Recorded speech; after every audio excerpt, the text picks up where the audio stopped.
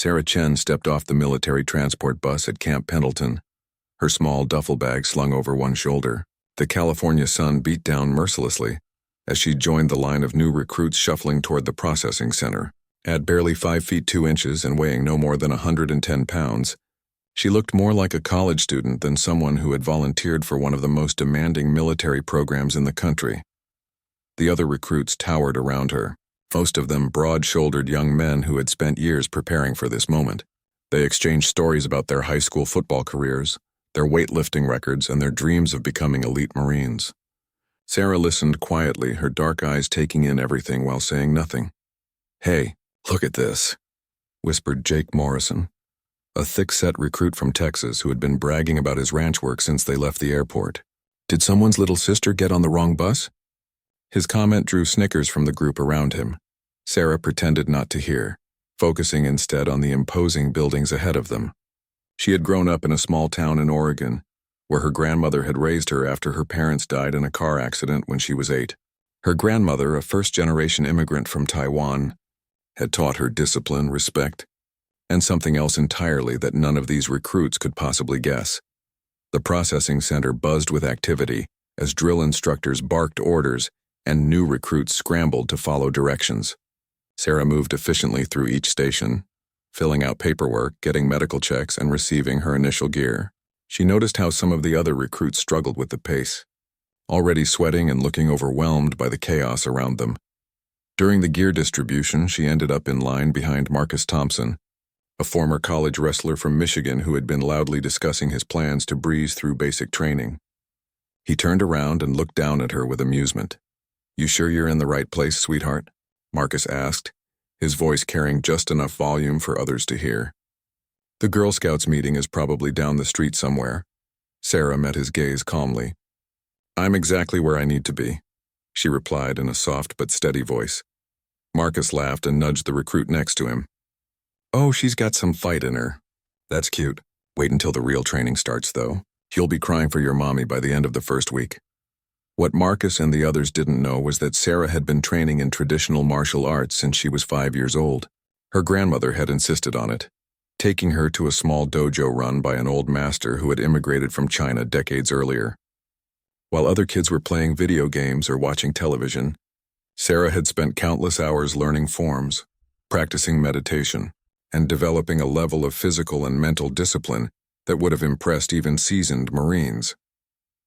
The master had taught her not just the physical techniques, but the philosophy behind them. "True strength comes from within," he would tell her during their evening sessions. "The loudest person in the room is rarely the strongest. Watch, listen, and wait for the right moment."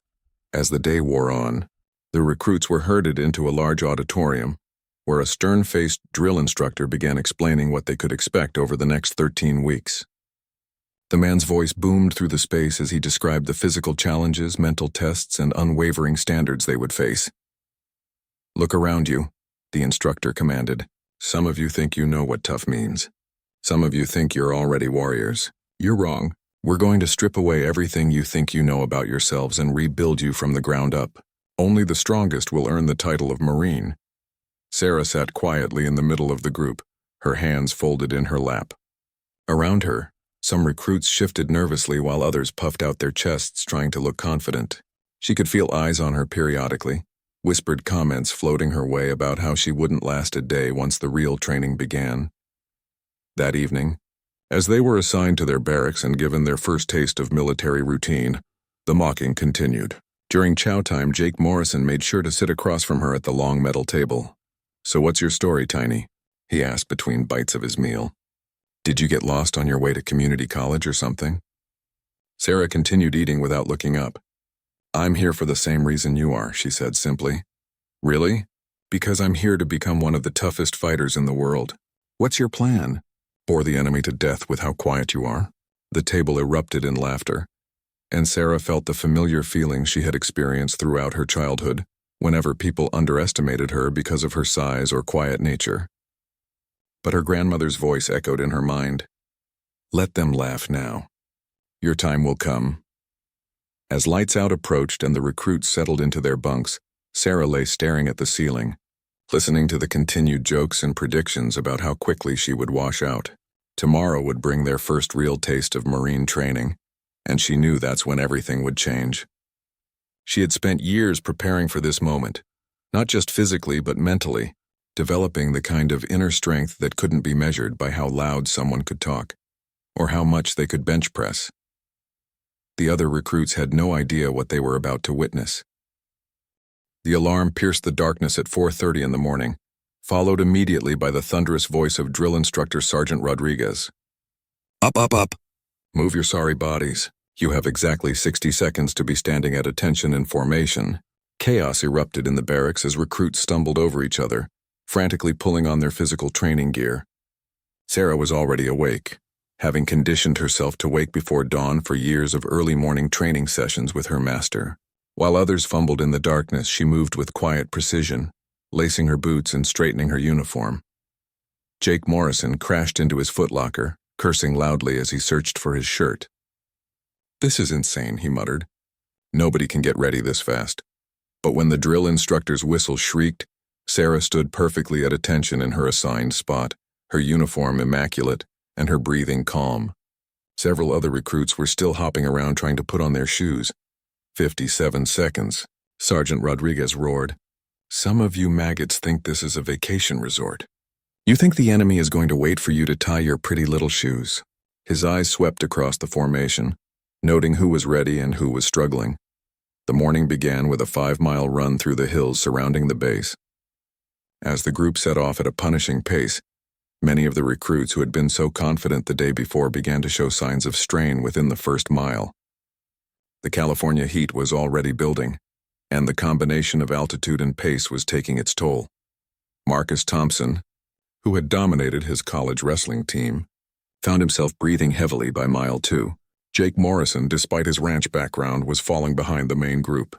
But Sarah maintained her position near the front, her breathing steady and controlled, her stride efficient and effortless. "How is she keeping up?" gasped David Park, a former high school track star who had expected to lead the group. He watched in disbelief as the tiny girl beside him showed no signs of fatigue. Sarah had learned long ago that endurance wasn't about size or muscle mass. Her master had taught her breathing techniques that allowed her to control her heart rate and oxygen consumption. During their training sessions, they would often run for hours through the mountains near her hometown, building not just physical stamina but mental resilience. After the run came calisthenics on the parade ground. Push-ups, sit-ups, pull-ups, and a series of exercises designed to test the recruits' physical limits. As the morning progressed, the mocking comments about Sarah began to die down. She completed every exercise with perfect form, never showing strain or asking for modifications. During the pull-up test, several of the larger recruits struggled to complete the minimum requirement. Marcus managed 8 before his arms gave out, while Jake barely squeezed out 6. When Sarah's turn came, she stepped up to the bar amid whispered bets about whether she could even do one. She gripped the bar with precise hand placement, took a deep breath, and smoothly pulled herself up until her chin cleared the bar. Then again, and again. The counting stopped at 20 perfect repetitions, executed with such controlled movement that she barely seemed to be exerting effort. Sergeant Rodriguez watched with interest but said nothing. He had seen plenty of recruits who looked impressive on paper but crumbled under pressure, and others who surprised everyone with their hidden capabilities. What caught his attention wasn't just Sarah's physical performance but her mental composure. While other recruits were getting rattled by the intensity and pressure, she remained completely focused. During the lunch break, the atmosphere around Sarah had shifted noticeably. The open mocking had stopped, replaced by confused looks and hushed conversations. Some recruits were beginning to wonder if they had misjudged her, while others doubled down on their belief that she would eventually break. "Okay, so maybe she's in better shape than we thought," Jake said to his growing circle of followers. "But wait until we get to the real stuff. Combat training, obstacle courses, the crucible. That's where size and strength actually matter." Marcus nodded in agreement. "Exactly.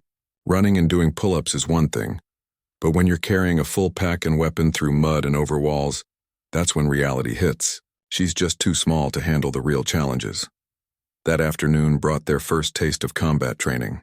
The recruits were introduced to basic hand-to-hand combat techniques, learning fundamental strikes, blocks, and defensive positions. The drill instructors paired them up for practice drills, deliberately mixing different sizes and experience levels. Sarah found herself paired with Tom Bradley, a soft-spoken recruit from Ohio who had been kind to her since their arrival. As they practiced the basic movements, she could see him holding back, afraid of accidentally hurting her.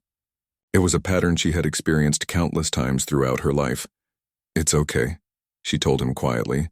"You don't need to go easy on me." Tom smiled nervously. "I just don't want to hurt you. You're so much smaller than everyone else here." The drill instructor noticed Tom's hesitation and intervened. "Bradley, this isn't a dance class. Your partner signed up for the same training you did. Show some respect and give her your best effort." As Tom reluctantly increased his intensity, Sarah began to demonstrate techniques that none of the drill instructors had taught them yet. Her blocks were precise and efficient, her movements fluid and controlled. When Tom threw a clumsy punch, she stepped aside and redirected his momentum, sending him stumbling forward. "Where did you learn that?" Tom asked, steadying himself. Before Sarah could answer, Sergeant Rodriguez's voice cut through the training area. "Chen, front and center!" Sarah jogged over to where the drill instructor stood, her expression calm despite the attention now focused on her. Around the training area, other recruits had stopped their own practice to watch. "You've had training before," Sergeant Rodriguez stated. It wasn't a question. "Yes, Sergeant," Sarah replied. "What kind of training?" "Traditional martial arts, Sergeant. Since I was 5 years old." The sergeant studied her for a moment, then looked around at the other recruits who were trying to pretend they weren't listening. "Interesting. We'll see how traditional martial arts hold up against Marine Corps training." But even as he dismissed her back to practice, Sarah could see the wheels turning in his mind. And around the training area, the whispered conversations were taking on a very different tone than they had just 24 hours earlier. The third week of training brought the recruits to the obstacle course, an intimidating series of challenges designed to test every aspect of their physical and mental capabilities. Rope climbs, wall scaling, crawling under barbed wire, and navigating through mud pits stretched across several acres of unforgiving terrain. Jake Morrison stood at the starting line, cracking his knuckles and stretching his broad shoulders. "This is where the real Marines are separated from the wannabes," he announced loudly enough for everyone to hear. "All that fancy martial arts stuff won't help you when you're hauling yourself over a 12-foot wall." Several other recruits nodded in agreement. Despite Sarah's surprising performance in previous training exercises, many still believed that pure size and strength would ultimately determine who succeeded and who failed. Marcus Thompson had been particularly vocal about this theory during their evening discussions in the barracks.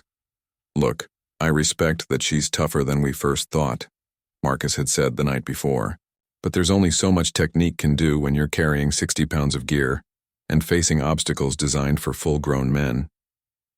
Sarah listened to these conversations without responding, just as she had learned to do throughout her childhood. Her grandmother had taught her that words spoken in doubt often revealed more about the speaker than the subject. "Let your actions be your voice," her grandmother would say in Mandarin during their evening talks. When the whistle blew, the first group of recruits charged toward the initial obstacle, a series of high walls that required them to pull themselves up and over, using only upper body strength. Jake attacked the wall with brute force, grabbing the top edge and hauling himself up through sheer muscle power. His technique was effective but inefficient, requiring maximum effort for each movement. Sarah approached the same wall with a different strategy entirely. Instead of fighting against the obstacle, she used her momentum and precise body positioning to flow over it. Her years of training had taught her to work with physics rather than against it, using leverage and timing to accomplish what others achieved through raw strength. The difference was immediately apparent to everyone watching. While other recruits grunted and struggled their way over each barrier, Sarah moved with an almost dancer-like fluidity that made the obstacles appear easier than they actually were. She completed the rope climb in half the time it took most others, using a technique her master had taught her that distributed the workload across her entire body, rather than relying solely on arm strength. Sergeant Rodriguez timed each recruit's performance, but his attention kept returning to Sarah's unconventional approach. He had seen thousands of recruits tackle these obstacles over his career, and her movement patterns were unlike anything in the standard Marine Corps training manual. The most challenging obstacle was the final wall, a smooth vertical surface 15 feet high with only a rope for assistance. Many recruits failed on their first attempt, sliding back down as their arms gave out or their technique faltered. Jake made it over on his second try, his face red with exertion. Marcus required 3 attempts, his wrestling background helping him power through despite his inefficient climbing style. When Sarah's turn came, she stood at the base of the wall for a long moment, her eyes tracing the rope's path to the top. The other recruits watched with a mixture of curiosity and skepticism. This would be the ultimate test of whether her smaller frame could handle the most demanding physical challenges. She began her ascent with movement so smooth and controlled that she barely seemed to be exerting effort. Her feet found purchase points on the wall that others had missed, and her hands worked the rope with a rhythm that conserved energy while maintaining steady progress. She reached the top in less time than anyone before her, including recruits who outweighed her by 70 pounds or more. "How did she do that?" whispered David Park, shaking his head in disbelief. Tom Bradley, who had become something of an unofficial spokesperson for Sarah among the more respectful recruits, tried to explain.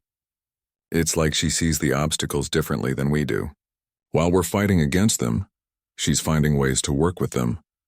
But not everyone was ready to accept what they were witnessing.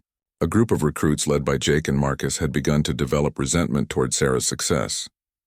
They interpreted her achievements not as evidence of superior training and technique, but as somehow unfair or illegitimate. "There's gotta be something we're missing," Jake muttered during evening chow. "Nobody her size should be outperforming trained athletes. Maybe the instructors are going easy on her because she's a girl." This theory gained traction among those who needed to explain away what they couldn't understand. They began watching Sarah's interactions with the drill instructors, looking for signs of preferential treatment that didn't exist. When they couldn't find any evidence of special consideration, they became even more frustrated. The tension came to a head during a particularly grueling training session focused on combat conditioning. The recruits were required to perform various exercises while carrying full gear, simulating the demands they would face in actual combat situations. As usual, Sarah completed every challenge while maintaining perfect form and showing no signs of the fatigue that was overwhelming many of her fellow recruits. After the session, Marcus cornered her as she was cleaning her equipment. "Okay, I've got to ask," he said, his voice carrying an edge that hadn't been there in previous weeks. "What's your secret? Performance enhancement? Special training regimen? Because what you're doing isn't natural?" Sarah looked up from her rifle maintenance, her expression as calm as always. "I trained hard before I came here." "That's all? Trained hard?" Marcus laughed, but there was no humor in it. "Lady, I've been training hard my whole life. I was state champion in wrestling, and I've been lifting weights since I was 12. But you're making all of us look like amateurs." Other recruits began gathering around, sensing the confrontation that had been building for weeks. Jake pushed forward, his chest puffed out in an aggressive stance. "Marcus is right," Jake said. "It's time you proved that all this fancy stuff you do will work when it really matters. Not on some training course, but against real opponents who aren't holding back." Sarah stood slowly, her movements deliberate and controlled. She was still significantly smaller than any of the men surrounding her, but something in her posture made several of the recruits take an unconscious step backward. "What are you suggesting?" she asked quietly. Jake's confidence returned when he saw that she wasn't backing down. "I'm suggesting that it's time for a real test. No drill instructors watching, no official rules. Just you against some of us one-on-one to see if you're really as tough as you pretend to be." The challenge hung in the air like a loaded weapon, and Sarah knew that this moment had been inevitable from the day she first stepped off the bus. Her master had warned her that there would always be those who would need to see her abilities demonstrated in the most direct way possible before they would accept what they couldn't understand. Word of the proposed challenge spread through the barracks like wildfire. By evening, nearly every recruit in their company had heard about Jake's confrontation with Sarah and the unofficial test he had suggested. The atmosphere was electric with anticipation and tension as groups of recruits huddled together, discussing what might happen if the challenge actually took place. Tom Bradley found Sarah sitting alone on her bunk, methodically cleaning her boots with the same precise attention she brought to everything else. The barracks buzzed with excited conversations around them, but she seemed completely disconnected from the chaos her situation had created. "You don't have to do this," Tom said quietly, sitting down across from her. "Jake's just trying to prove something because he can't handle that you're better than him at everything we've done so far." Sarah looked up from her boots, her dark eyes thoughtful. What do you think I should do? Tom considered the question seriously. Honestly? I think you should report it to the drill instructors. This whole thing is getting out of hand and someone could get hurt. And what do you think would happen then? Well, Jake and his friends would get in trouble, obviously. Probably face disciplinary action? Sarah nodded slowly. And then what? Do you think they would suddenly respect me? Do you think the whispers and doubts would stop? Or would they just say I ran to the instructors because I was afraid to prove myself? Tom didn't have an answer for that, because they both knew she was right. In the hyper-competitive environment of Marine training, backing down from a direct challenge would follow her for the rest of her time there, regardless of whether she was technically in the right. Across the barracks, Jake was holding court with his growing circle of supporters. I'm not trying to hurt anybody, he was saying, though his tone suggested otherwise. I just think it's time we find out what she's really made of. All this mystical martial arts stuff is fine for demonstrations, but this is about becoming Marines. Real combat, real strength, Marcus nodded enthusiastically. Exactly. And honestly, I think we're doing her a favor. Better to find out now if she can handle real pressure than to discover it when lives are on the line. What they didn't realize was that Sarah had been handling real pressure her entire life. Growing up small and quiet in a rough town had taught her to navigate situations where others underestimated her capabilities. Her martial arts training had been as much about mental discipline and emotional control as physical technique.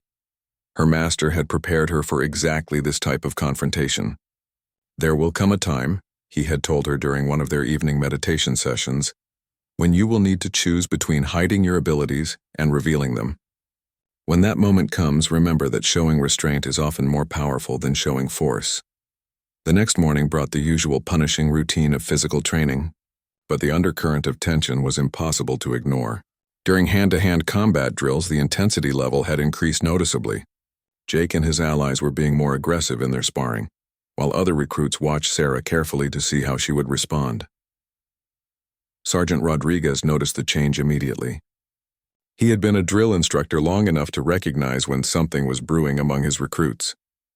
After the morning session, he called Sarah aside. Chen, is there something going on that I should know about? Sarah stood at attention, her expression neutral. No, Sergeant. Because if any of these knuckleheads are giving you problems, I need to hear about it now. My job is to train Marines, not referee playground disputes. I can handle any problems that arise, Sergeant. Rodriguez studied her for a long moment. He had seen her performance over the past few weeks and knew she was capable of more than most of his recruits realized. But he also understood the dynamics at play and the pressure she was facing. Marine Corps training is designed to push everyone to their limits, he said finally, but it's also about learning to work as a team. Individual heroics don't mean much if they come at the expense of unit cohesion. That afternoon, during a rare break in their training schedule, Jake finally cornered Sarah again. This time, however, he had 5 other recruits with him, including Marcus and several others who had grown increasingly resentful of her success. Time to put up or shut up, Jake announced, loud enough for the entire barracks to hear. We're going to settle this once and for all. Sarah set down the letter she had been writing to her grandmother and stood slowly. Around the barracks, conversation stopped as everyone realized the confrontation they had been anticipating was finally happening. What exactly are you proposing? Sarah asked. Marcus stepped forward, his wrestler's confidence evident in every movement. Simple, you face each of us one at a time. No weapons, no gear, just hand to hand. If you can beat all 6 of us, we'll admit you belong here and stop questioning your abilities. And if I can't? Jake's smile was predatory. Then you admit that all this martial arts stuff is just for show, and you stop acting like you're some kind of super soldier. The terms were clearly unfair. 6 against 1, even sequentially, would challenge any fighter. But Sarah recognized that this wasn't really about fairness. It was about respect, fear, and the need some people have to tear down anything that challenges their assumptions about the world. She looked around the barracks at the faces watching her. Some, like Tom, showed concern for her safety. Others displayed eager anticipation for what they expected would be her humiliation. A few seemed genuinely curious about what would happen when her unconventional abilities were tested against determined opposition. Where? She asked simply. Jake's grin widened. Storage bay behind the barracks. After evening chow, when the instructors are in their meetings. No witnesses except the people here. Sarah nodded once. "I'll be there."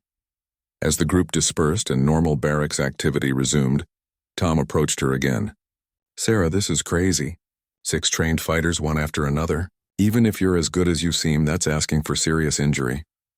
Sarah resumed her letter writing, her hand steady despite the magnitude of what she had just agreed to. "My master once told me that the greatest battles are not won through force but through understanding. Tonight, I think some people are going to understand things they never expected to learn." The rest of the day passed in a blur of anticipation and nervous energy. Word of the challenge had spread beyond their immediate group, and by evening it seemed like half the company knew something significant was going to happen after chow. The drill instructors remained oblivious to the brewing confrontation, focused on their own administrative duties and planning sessions. As the sun began to set over Camp Pendleton, Sarah prepared for a test that would determine not just her standing among her fellow recruits, but potentially the entire course of her military career. The storage bay behind the barracks was dimly lit by a single overhead bulb, casting long shadows across the concrete floor. Boxes of equipment and supplies lined the walls, creating a makeshift arena roughly 20 feet square. By 8 o'clock, nearly 30 recruits had gathered, forming a loose circle around the open space in the center. Sarah arrived exactly on time, wearing her standard physical training gear. Her expression remained as calm as always, showing no signs of the nervousness that would have been natural before facing 6 opponents in succession. She moved to one side of the improvised ring and began a series of gentle stretching exercises, her movements flowing and deliberate. Jake and his 5 allies stood on the opposite side, talking in low voices and gesturing as they finalized their strategy. Besides Jake Morrison and Marcus Thompson, the group included David Park, the former track star who had been struggling with his ego since Sarah began outperforming him; Robert Kane, a bulky recruit from Boston who had played college football; Steven Martinez, a former amateur boxer from Arizona; and Craig Wilson, a farm-raised recruit from Iowa whose quiet demeanor masked considerable physical strength. Tom Bradley pushed through the crowd of spectators until he reached Sarah's side. "Last chance to call this off," he whispered urgently. "Nobody would blame you for walking away from this insanity." Sarah completed her stretching routine and turned to face him. "Do you know what my master taught me about fear?" Tom shook his head. "He said that fear is just energy without direction. The key is learning how to channel that energy into focus and clarity instead of panic and doubt." Before Tom could respond, Jake stepped into the center of the storage bay, his voice carrying over the murmur of the assembled recruits. "All right, everyone knows why we're here. The rules are simple. Hand-to-hand combat only, no weapons, no gear. Chen faces each of us one at a time until either she gives up or can't continue." Marcus moved to stand beside Jake. "I'll go first," he announced. "Get this over with quick so we can all get some sleep." The crowd shifted and pressed closer as Sarah walked to the center of the makeshift ring. Standing across from Marcus, the size difference was even more dramatic than usual. He outweighed her by at least 60 pounds and had years of competitive wrestling experience. Every objective measure suggested this should be a brief and one-sided encounter. "You sure about this, little girl?" Marcus asked, dropping into a wrestler's crouch. "Last chance to back out gracefully." Sarah assumed a stance that looked deceptively relaxed, her feet positioned for mobility and balance. "I'm ready when you are." Marcus launched himself forward with the explosive power that had dominated his college opponents. His strategy was simple: use his superior size and strength to overwhelm her quickly, probably with a takedown that would end the fight before her martial arts training could come into play.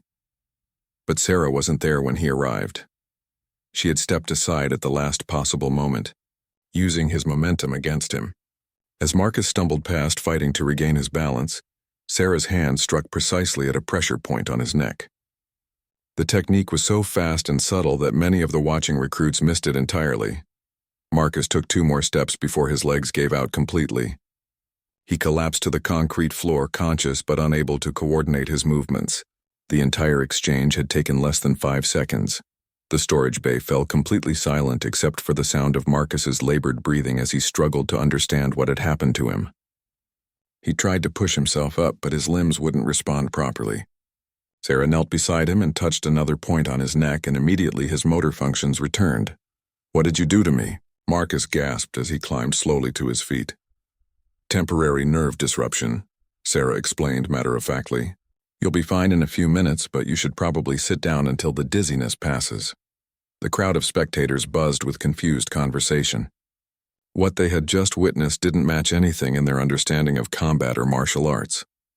It looked more like something from a movie than real fighting. Jake's confident expression had vanished entirely. That was some kind of trick, he declared, though his voice lacked conviction. Marcus wasn't ready for weird pressure point stuff. But that won't work on all of us. David Park stepped forward next, his former track training evident in his lean, athletic build. I've seen this pressure point stuff before, he said, trying to sound more confident than he felt. It only works if you let someone get close enough to touch you. Unlike Marcus, David approached cautiously, staying light on his feet and keeping his distance. His strategy was to use his speed and reach advantage to land strikes while avoiding close contact, where Sarah's unconventional techniques might be effective. He threw a series of quick jabs, testing her reactions and looking for openings. Sarah avoided them easily, but David noticed that she wasn't counterattacking. She seemed content to let him set the pace and rhythm of the engagement. Growing bolder, David increased his aggression, throwing combinations and trying to corner her against the wall of boxes. For nearly a minute, it looked like his strategy might be working. He was landing occasional glancing blows while staying out of range of her counterattacks. Then Sarah changed tactics. Instead of continuing to evade, she suddenly moved forward, slipping inside David's guard with fluid precision. Before he could react, she had grasped his extended arm and used his own forward momentum to execute a throw that sent him flying across the storage bay. He hit the concrete hard and slid several feet before coming to rest against a stack of supply boxes. David lay motionless for several seconds, the wind knocked completely out of him. When he finally struggled to sit up, his face was pale and his breathing shallow. I yield, he managed to whisper. 2 down, 4 to go. The remaining challengers huddled together, their earlier confidence replaced by serious concern. What they were witnessing defied their understanding of how size, strength, and training were supposed to work. Sarah had just defeated 2 experienced athletes using techniques none of them had ever seen before. Steven Martinez, the amateur boxer, stepped forward with grim determination. Okay, no more games, he announced. I'm going to treat this like a real fight. But as he raised his hands in a classic boxing stance, everyone in the storage bay could see that the dynamic had fundamentally shifted. What had started as an effort to humiliate Sarah had become something else entirely. A demonstration of abilities that none of them had imagined possible. The quiet girl they had mocked and underestimated was about to show them just how much they still had to learn about what real strength looked like. Steven Martinez approached with the disciplined aggression of someone who had spent years in boxing rings. His stance was textbook perfect, his footwork smooth and controlled. Unlike the previous 2 opponents, he showed no signs of underestimating Sarah, after witnessing what had happened to Marcus and David. I've been boxing since I was 12, Steven said, more to himself than to Sarah. Fought in golden gloves, sparred with professionals. I know how to handle fighters who rely on tricks. Sarah observed his approach with quiet interest. Her master had taught her to study each opponent's style and temperament before engaging. Steven was clearly the most technically skilled fighter she had faced so far, but he was also operating under the assumption that boxing rules and techniques would apply to this encounter. Steven began with careful probing jabs, testing Sarah's defensive reactions while maintaining proper distance and form. His punches were crisp and accurate, thrown with the kind of precision that came from thousands of hours of training. Sarah avoided them with minimal movement, never taking her eyes off his center of mass. After a minute of careful sparring, Steven committed to a serious combination: left jab, right cross, left hook. The sequence was perfectly executed with championship-level timing and power. Any normal opponent would have been forced to either absorb significant damage or give ground rapidly, but Sarah did neither. As the final hook came toward her head, she ducked under it and stepped inside Steven's guard. Before he could reset his position, she grabbed his leading arm and pivoted. Using his forward momentum and a precise application of leverage, she lifted all 170 pounds of him completely off the ground and sent him tumbling through the air. Steven landed hard on his back, his carefully controlled breathing replaced by desperate gasps as he struggled to refill his lungs. Unlike the previous opponents, he had enough fight experience to recognize when he was outclassed. After several seconds, he raised one hand in surrender. How? he wheezed as Sarah helped him to his feet. "I've never seen anything like that." "Your technique was excellent," Sarah replied respectfully. "But you were fighting according to boxing rules while I was not. 3 down, 3 to go." The storage bay had become completely silent except for the sounds of heavy breathing from the defeated challengers and nervous shifting from the crowd of spectators. What had started as entertainment had become something much more serious. The recruits were witnessing a level of martial arts skill that most of them had thought existed only in movies. Robert Kane, the former college football player, stepped forward with visible reluctance. At 220 pounds, he was by far the largest of Sarah's challengers. His strategy was simple: use his size advantage to overpower her through brute force, avoiding the technical mistakes that had doomed the previous 3 opponents. "This ends now," Robert declared. But his voice lacked the confidence it would have carried an hour earlier. He rushed forward like a linebacker charging a quarterback, intending to tackle Sarah and use his weight advantage to control the fight on the ground. It was a sound strategy against most opponents, but Sarah had been preparing for exactly this type of attack since childhood. As Robert's massive frame bore down on her, Sarah seemed to disappear from his path entirely. She moved with such fluidity that several spectators later swore she had somehow teleported to a different location. Robert found himself grasping empty air as his momentum carried him past where she had been standing. Before he could turn around, Sarah's hands found specific points along his spine. The touches were so light they barely qualified as contact, but their effect was immediate and dramatic. Robert's legs buckled beneath him, and he pitched forward onto the concrete floor, his nervous system temporarily disrupted by precisely applied pressure. "I can't feel my legs," Robert said, his voice filled with panic as he tried unsuccessfully to stand. Sarah knelt beside him and pressed different points along his back. Immediately, sensation and control returned to his lower body. "You're fine," she assured him. "The effect is temporary and completely harmless." Robert struggled to his feet, shaking his head in disbelief. "What kind of training teaches you to do that?" "The kind that focuses on understanding the human body rather than simply overpowering it," Sarah replied. 4 down, 2 to go. Craig Wilson and Jake Morrison exchanged worried glances. The farm boy from Iowa and the ranch hand from Texas had both built their identities around being tough, practical fighters who could handle anything life threw at them.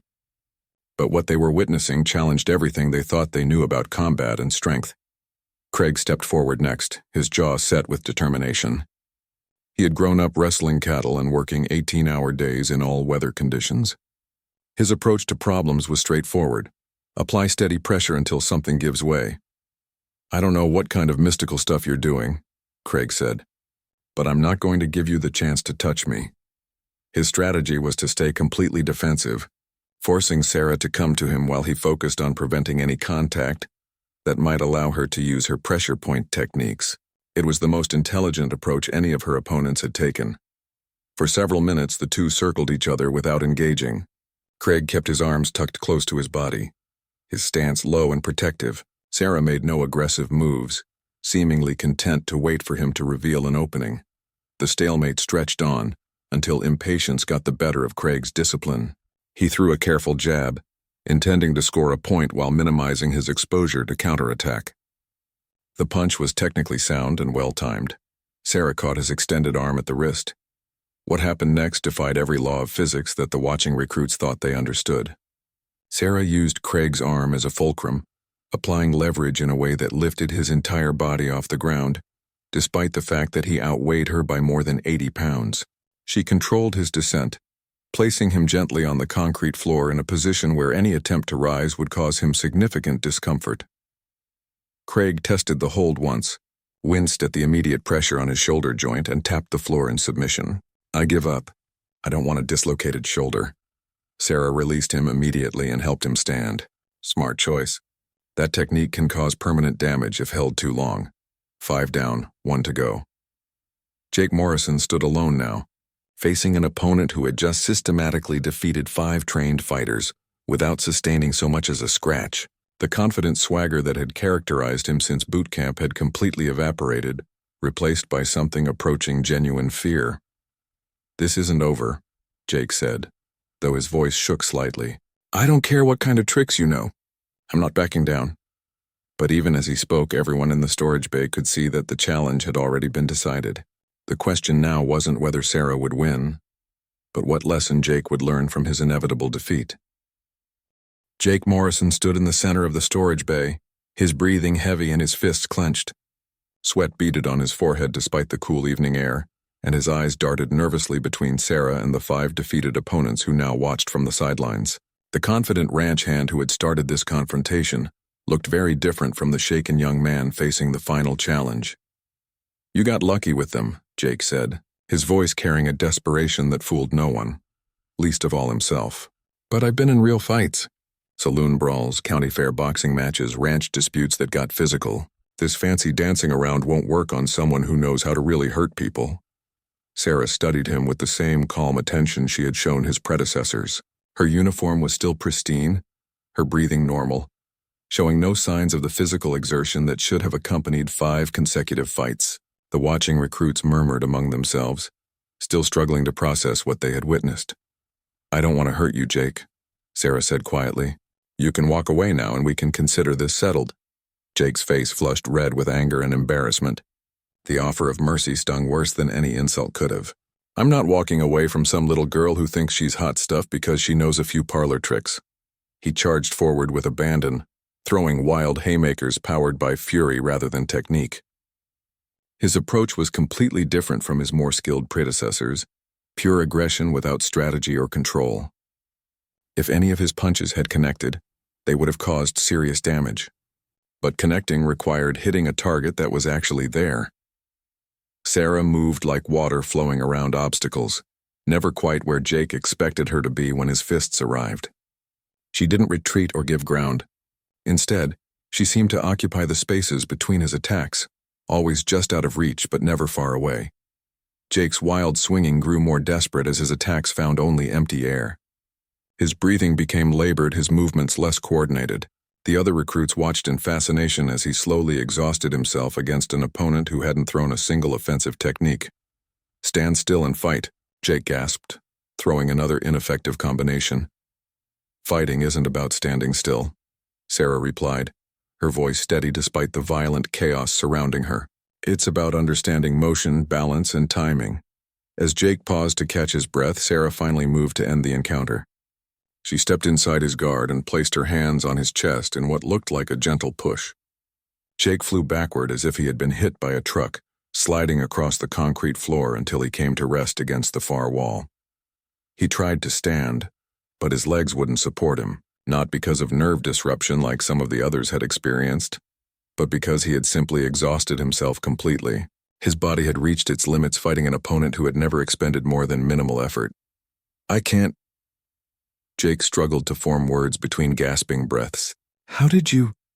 Sarah walked over and knelt beside him, her expression showing genuine concern rather than triumph. "You're not hurt," she assured him. "Just tired. Your body needs rest." She helped him into a sitting position against the wall, then stood and faced the assembled crowd of recruits. The storage bay was completely silent except for the sound of heavy breathing from the 6 defeated challengers. "I didn't do this to humiliate anyone," Sarah said, her voice carrying clearly in the quiet space. "I did it because sometimes the only way to stop doubt is to remove all uncertainty." Tom Bradley stepped forward from the crowd, his face showing a mixture of awe and concern. "Sarah, what we just saw, that's not normal martial arts training. Where did you really learn to do that?" Sarah considered the question carefully before answering. "My master once told me that there are 2 types of strength in the world. The kind that imposes your will on others through force, and the kind that achieves your goals by working in harmony with natural laws. Most people only recognize the first type." Marcus Thompson, who had recovered enough to stand with the help of the wall, shook his head slowly. "I've never seen anything like that in my life."